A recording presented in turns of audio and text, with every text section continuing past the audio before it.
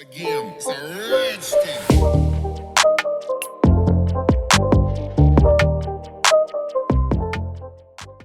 What is going on, guys? Welcome back. In today's video, we're going to build a portfolio diversification analysis tool in Python. So let us get right into it. Alright, so as always, since this is a financial topic, I need to mention that nothing in this video is financial advice or investing advice.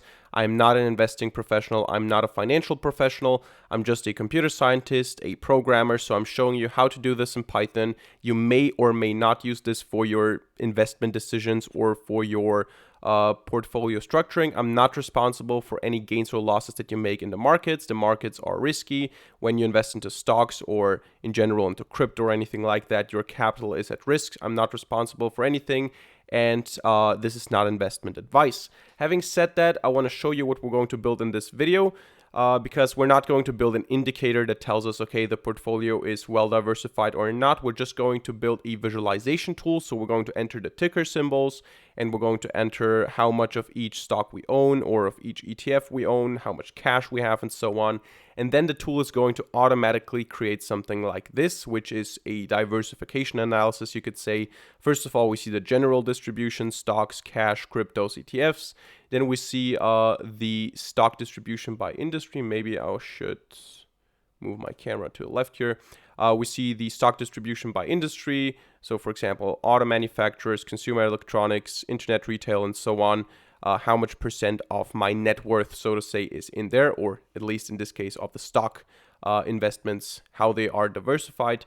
Then also by country, United States, Austria, Switzerland, China, and then by market cap, which I defined as huge, small, mid, and large, depending on the boundaries that you set. We're going to talk about that in a second, but this is what we're going to build in today's video. Alright, so first of all, we need to install a couple of libraries, and what you need to know right away is that at the moment, at the time I'm recording this video, the Yahoo Finance API has made some changes, which is why some libraries are not working properly. For example, Pandas Data Reader doesn't query the data correctly anymore. I don't know if it's going to be fixed in a future version. I don't know how long it's going to take until it's fixed, but some libraries don't work at the moment. So if something changes, if something doesn't work, don't think that the code in and of itself is not working. It is probably the libraries have to adjust for the new features or the new URLs that the Yahoo Finance API has chosen to use. Having said that, we're going to open up a CMD command line and we're going to install the libraries that we're going to use. First of all, we're going to install yfinance, which stands for Yahoo Finance. So pip install yfinance. And then we're also going to say pip install Yahoo _fin, which stands as well for Yahoo Finance. I'm just not sure if we have, _fin is fine. And we're also going to need matplotlib, which you should have probably installed anyway. So pip install matplotlib, like that. Those are the three libraries that we're going to use. And we're going to start by importing yfinance as yf, and then import, or actually from Yahoo Fin import stock info SSI.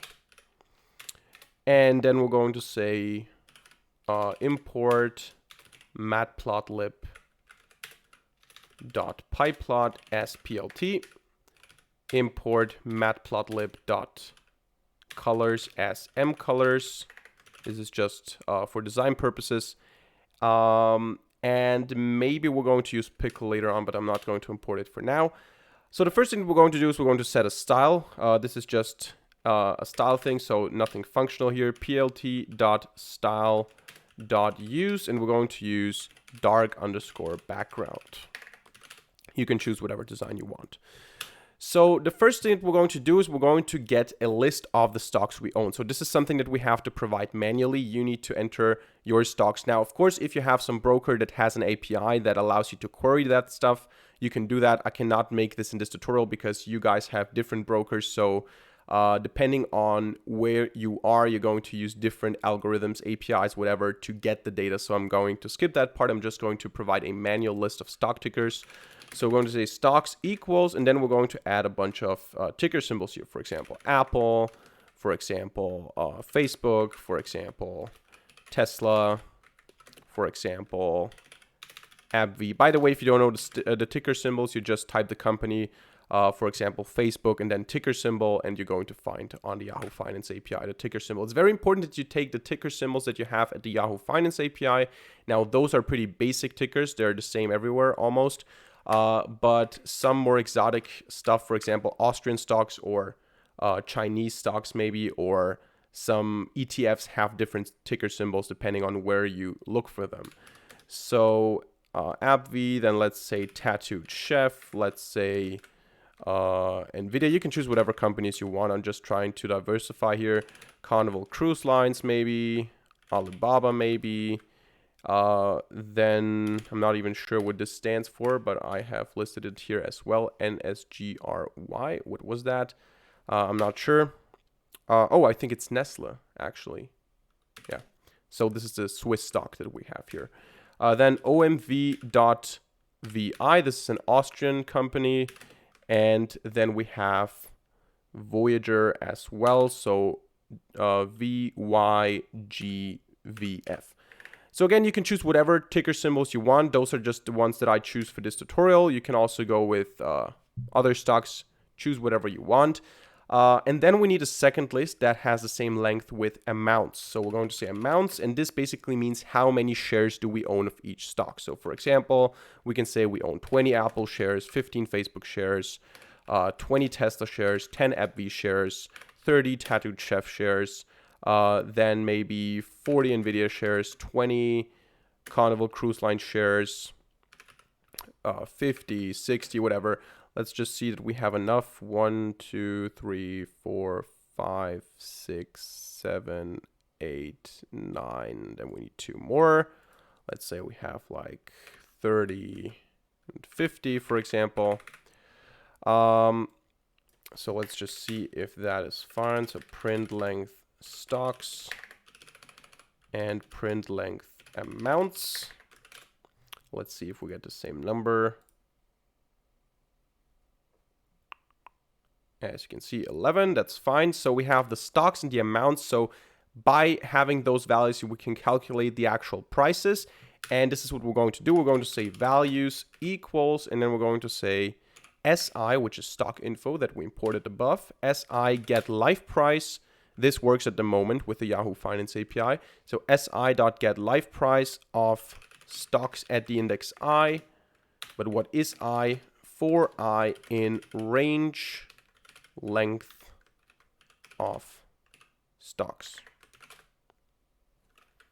And the reason why we do stocks and stocks I and not just for stocks in stocks is because we also want to get this price times the amount at the same index. So basically what we're doing is we're taking one ticker symbol, multiplying it with the respective amount. So Apple with 20, Facebook with 15, Tesla with 20, and so on.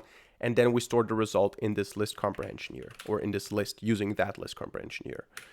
And now we can go ahead and start with the diversification analysis. So we want to know, okay, what are the sectors? So we're going to say, okay, the sectors of these individual stocks are Yahoo Finance, so YF.ticker with a capital T. What we pass here is X, which is going to be the ticker. So X.getInfo, which is a function. And this function returns a dictionary. And from that dictionary, we can actually get some values. For example, in this case, industry. Come on. Industry. Like that. And here we need to say 4x in stocks. Okay. So basically, we're iterating through all the stock tickers that we have here. And for all of them, we create a ticker of that particular ticker symbol. We get the information for that stock and we get the industry and we store it. So at the same index that we have the stock tickers here, we have the industry for that respective stock down here. Now we do the same thing for countries. So we say countries equals get info and then country. And then we do the same thing for the market cap. So we're going to say market caps equals get info.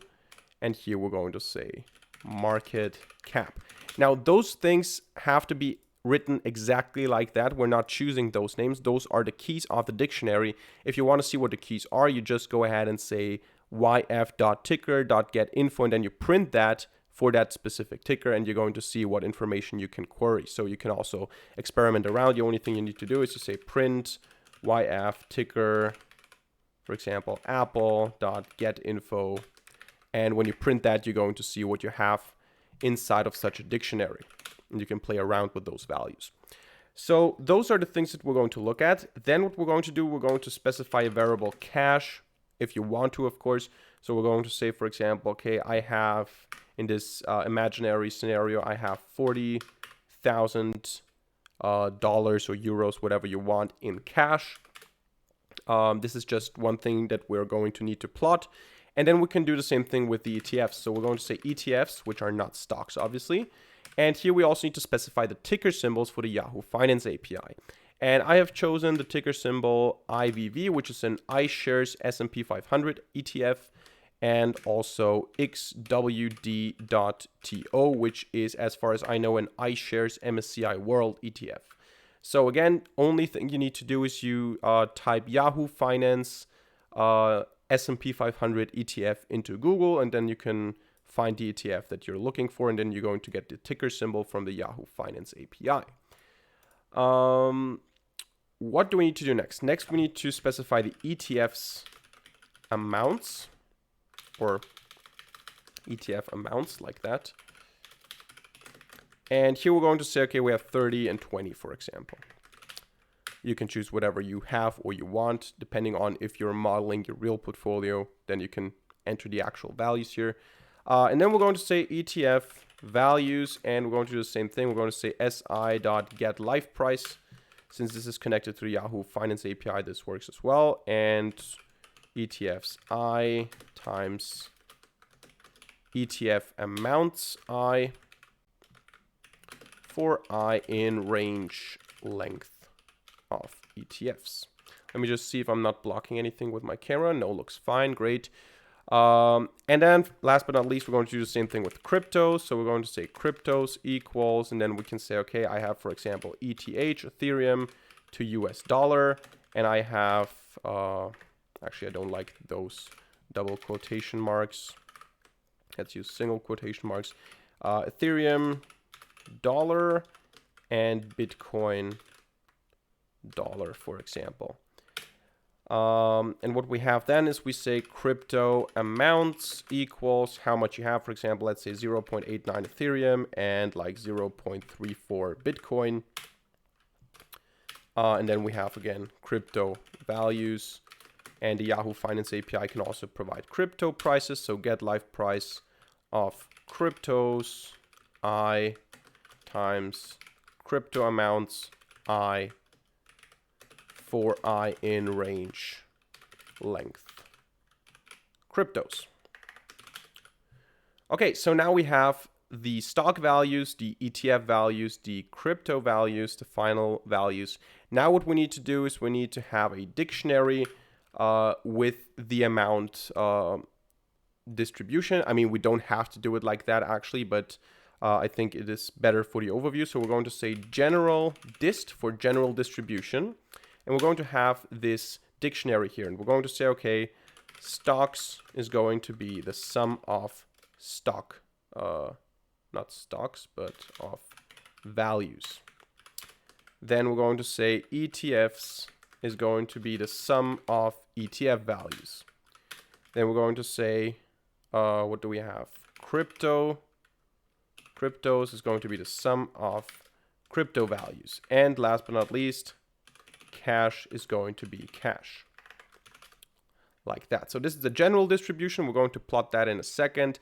And now we're going to also create the same thing, so the same dictionary for the sectors, the countries, and the market caps. Now the tricky thing here is that we have different sectors, but we don't have to plot each sector every time it occurs. If, for example, let's say, I don't say that this is true, but let's say, for example, Facebook and AbbVie, I'm taking two that are not of the same industry, but let's say Facebook and AbbVie were in the same industry, then we would have to combine them into the same percentage, of course. So we need to add into those categories. And what we can do here is we can just say sector dist for sector distribution is going to be an empty dictionary. And then we're going to say for I in range length of the sectors. we're going to say if the sector at this position is not already part of the dictionary. So if we see this sector for the first time, if it's not part of the not in sector dist keys, so if we see it for the first time, we're going to add it. So we're going to say sector distribution. We're going to create that key by saying, okay, this key here, so sector distribution, sectors I is going to be the value at this point. So, or in this case, 0, of course. But what we're going to do in any way is we're going, or in any case, is we're going to add the number to that sector, to the value of that sector. So what we're basically doing is we're saying sector distribution for sectors I plus equals values I.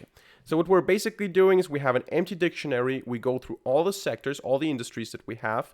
If we see this industry for the first time, we initialize that in the dictionary with the value 0. But what we do in any case is we add the values that we have from that industry to the total amount of dollars that we have invested in that industry.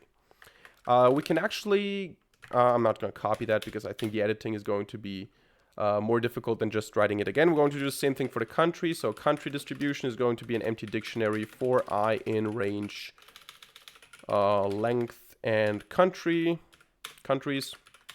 If country I not in country distribution dot keys, then we're going to say country distribution countries I is 0 and country distribution country I is going to be plus equals values I. There you go. So basically the same thing, but for the countries. And last but not least, we're going to do the same thing with the market cap. But here we have a problem because the market cap is a value. It's not a category. So we need to turn it into a category. And if you look online, basically what people are saying is that if you have a stock that has below $2 billion market cap, then this stock is considered a small cap company or a small cap stock. If the company has less than 10 billion, it is considered a mid cap, and above that, it is considered a large cap. And I have also the category which is called huge. So for example, if a company has a market cap above 1 trillion, and I think at the moment there are 5 companies that fit that criteria, then I classify them as huge. So we're going to say market cap dist equals empty dictionary. And then we're going to initialize it with small is 0, with mid is 0, with large is 0, and with huge is 0. Of course, in quotation marks here. And then what we do is we just say, okay, for I in range length stocks, if market caps I is less than 2, and now 1, 2, 3, 1, 2, 3, 1, 2, 3, so basically 2 billion, then we classify it as small. So we say market cap dist small plus equals values at that position. Elif market caps I is less than 10, 1, 2, 3, 1, 2, 3, 1, 2, 3, so 10 billion. Then we say market cap dist mid plus equals values I. And then we say elif market caps I less than, and now we have a trillion, so 1, 1, 2, 3, 1, 2, 3, 1, 2, 3, 1, 2, 3, 1 trillion. And that is market cap distribution large because it's below that. And if it is above that, so else basically, we assume that we're not going to have negative market caps. If it's above that, it's just going to be huge. And by the way, of course, we need to add this here. So plus equals values I and plus equals values I. That is it. And the only thing that we now need to do is we need to visualize that. And we're going to do that with a 2x2 grid. So what we're going to do down here is we're going to say figure and axes are going to be plt.subplots 2 times 2. And then we say figure dot subtitle is going to be portfolio diversification analysis, and the font size of that is going to be 18. And now we do some pie charts. So the first thing is in the axes at 0, 0. So basically upper left, we're going to plot the general distribution. So we're going to say dot pi, and we're going to plot general distribution dot values as the values. The labels are going to be the keys. This is why we have dictionaries. So it's just general dis dot keys. By the way, those are functions, so we need to call them. And then we are going to do some formatting. So auto percent is going to be percent 1.1f percent. This is the formatting that we had in the preview. The percent distance we're going to set to 0.8. And the colors, this is important if you want to have the same looks. We're just going to say colors is mcolors dot tableau colors, because with the dark theme you usually have some very different looking colors. I don't like them too much. And once we have that, we say axis 0, 0 dot set title as well, and here we just say general distribution. There you go. Okay, so we can copy that, and we can do that for the different things. So we have N01, we're going to do the sectors. So sector distribution values, general distribution to sector distribution here again. The rest is the same. And here we're just going to say sector distribution, or actually let's say stocks by sector or by industry. Sounds more professional. Copy that as well, and then we say, okay, at 1, 0, we're going to have, oh, by the way, we need to change this to 1 as well. Here we're going to do the countries, so country distribution, and stocks by country. And last but not least, we copy that. And here we have 1, 1. Come on, 1, 1. And this is going to be the market cap distribution.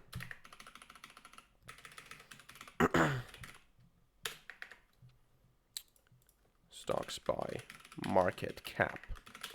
And in the end, don't forget to call plt.show, obviously. So that is it. The only thing that you need to keep in mind here, this script is going to take a lot of time to execute. So you're not going to run this and see the plot right away, because the script itself is not slow, but every time we get some info here, the problem is that we have to query the Yahoo Finance API.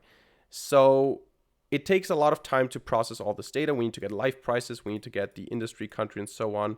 I mean, we could speed up the process, I notice right now, if we just create one ticker and then get the information right away. But even then, it wouldn't be too fast. So what you can do in order to only have to wait one time, unless you make some changes, of course. So whenever you want to add something or remove something, you got to run the script again. But what you can do is you can use Pickle to serialize, to save all those values here. So what we can do is we can say, this is optional. This is not part of the diversification analysis. This is just so that you can run the script multiple times without having to load it all the time. We can say import pickle. And down here, before we start with the plotting, we can say with open. And then we can say, for example, general.pickle, or you can call it whatever you want. Open it in writing bytes, SF. And then we just say pickle.general come on, pickle.dump, and we dump the general distribution into the file. This is what we do. We do this a couple of times with the industry. So with the sector distribution here, we do it again with the country, distribution here. And finally, we do it with market caps, or market cap.pickle, and here we have market cap dist.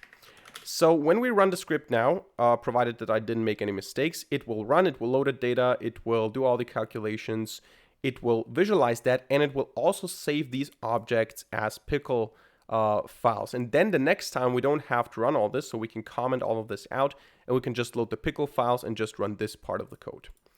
So before we run this, we need to make sure that the ticker symbols are correct, because I noticed that I have made a mistake here. This one is not NSGRY, it should actually be NSRGY. And if you have a ticker symbol that is not valid, you're going to get a none object, and then you're going to get some exceptions and error messages. Of course, you can handle that with try except, but just make sure you have everything correct here.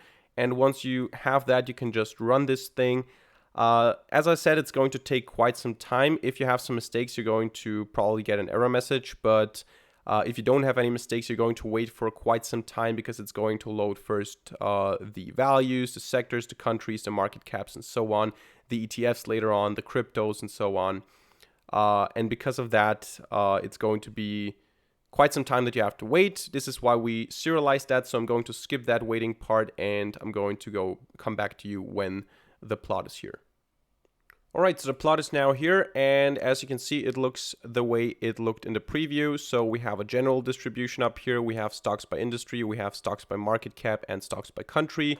And again, this tool doesn't tell you, okay, you are well diversified or not, because you can choose what you define as well diversified. Maybe you say, I don't care about market cap. I don't care that I'm 94% invested in large cap companies.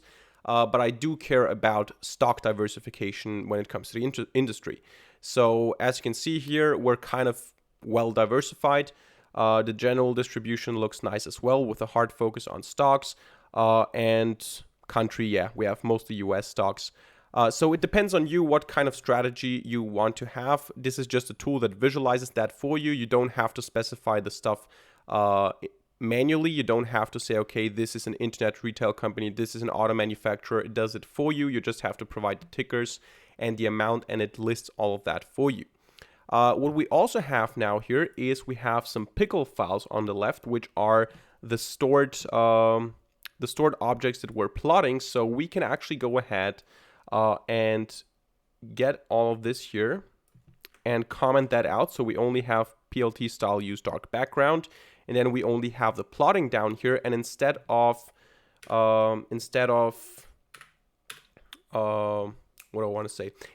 just doing all this code all over again, we can just load the pickle file. So we can say with open general.pickle in reading bytes mode SF, we can say general distribution equals pickle.loadf. And we can copy that, and we can change general to country, or actually, first of all, we add industry, right? Industry pickle is going to be sector distribution.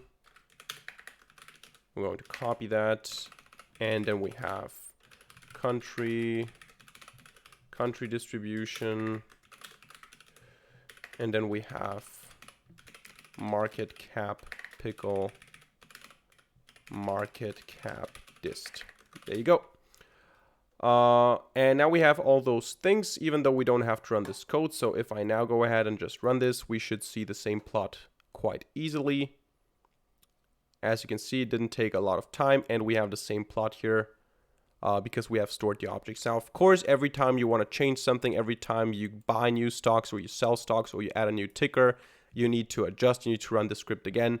But if you don't change anything, the prices of course are going to change and stuff. But if you don't change anything in your portfolio, you can just use the stored elements here. Actually, no, that's not true, because you would have to at least get the value. So if you want to have an updated, if you want to have an up-to-date diversification analysis, you would have to run at least part of the code all over again. But if you just want to analyze the same graphs multiple times, closing and opening it up again, you can use these pickle objects. So that's it for today's video. Hope you enjoyed and hope you learned something. If so, let me know by hitting the like button and leaving a comment in the comment section down below. And of course, don't forget to subscribe to this channel and hit the notification bell to not miss a single future video for free. Other than that, thank you much for watching. See you in the next video, and bye.